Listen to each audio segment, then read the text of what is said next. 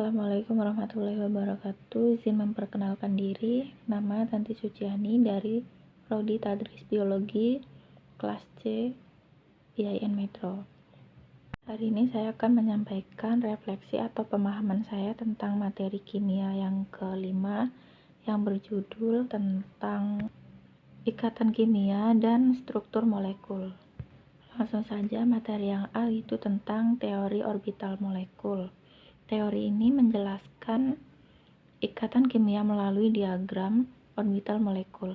Sifat magnet dan sifat-sifat molekul dapat dengan mudah dijelaskan dengan menggunakan pendekatan mekanika kuantum lain yang disebut dengan teori orbital molekul.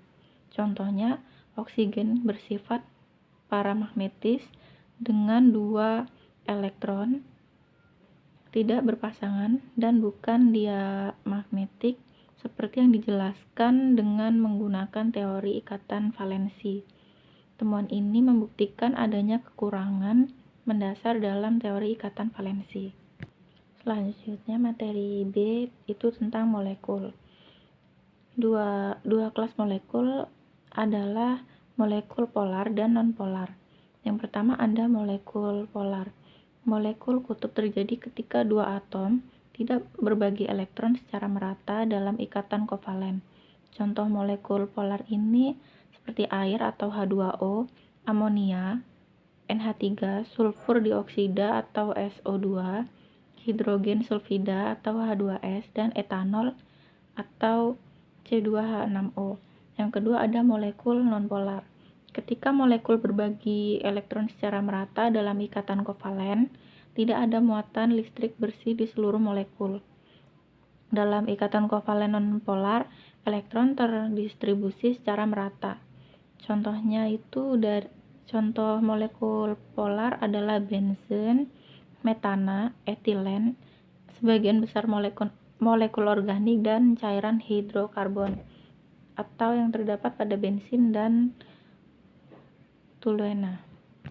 Materi terakhir atau yang C tentang ikatan kimia. Ikatan kimia ini merupakan gaya yang mengikat 2 atom atau lebih untuk membuat senyawa atau molekul kimia. Ikatan itu akan menjaga atom tetap bersama dalam suatu senyawa yang dihasilkan. Namun, ikatan tersebut berbeda-beda. Ada ikatan yang kuat, seperti yang terjadi pada ikatan kovalen, ionik, dan logam. Ada juga yang lemah, terjadi pada dipol-dipol, gaya dispersi London, dan ikatan hidrogen. Semakin kuat ikatan kimia yang terjadi, maka akan stabil senyawa dan yang dihasilkan, dan sebaliknya, sehingga terjadi reaksi lain untuk membuat lebih stabil lagi. Lalu ada 3 jenis ikatan kimia. Yang pertama, ikatan ionik atau ikatan elektrovalen. Terjadi ketika ion positif dan negatif atau gaya listrik Coulomb pada setiap atomnya membentuk sebuah ikatan kimia.